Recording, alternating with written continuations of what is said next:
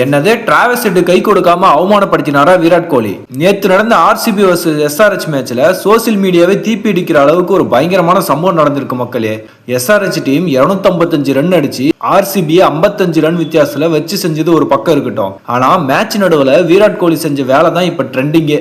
RCB batting பண்ணும்போது fielding நின்றுட்டு இருந்த டிராவிஸ் ஹெட்டை பார்த்து ஏய் தைரியம் இருந்தா வந்து பவுலிங் போர்டு பாப்பா அப்படின்னு பயங்கரமான ஸ்லெட்ஜ் ஒன்று பண்ணியிருக்காரு. ஆனா நினைச்சது ஒன்று நடந்தது ஒன்று. அடுத்த சில பால்ல கோலி அவுட்டு. அவ்வளவுதான். டிராவிஸ் ஹெட் சும்மா விடுவாரா?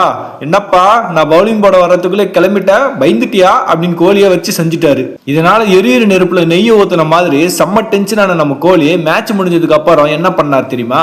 டிராவிஸ் ஹெட் வாண்டடா வந்து கை நீட்டினாரு. ஆனா கோலி வேணும்னே அவரை தவிர்த்துட்டு அடுத்த பிளேயர் கை கொடுக்க போயிட்டே இருக்காரு. கோலி செஞ்ச இந்த ஈகோத்தனமான வேலை நியாயமா இல்ல டிராவிட் ஹெட் வம்பிழுத்தது தப்பா?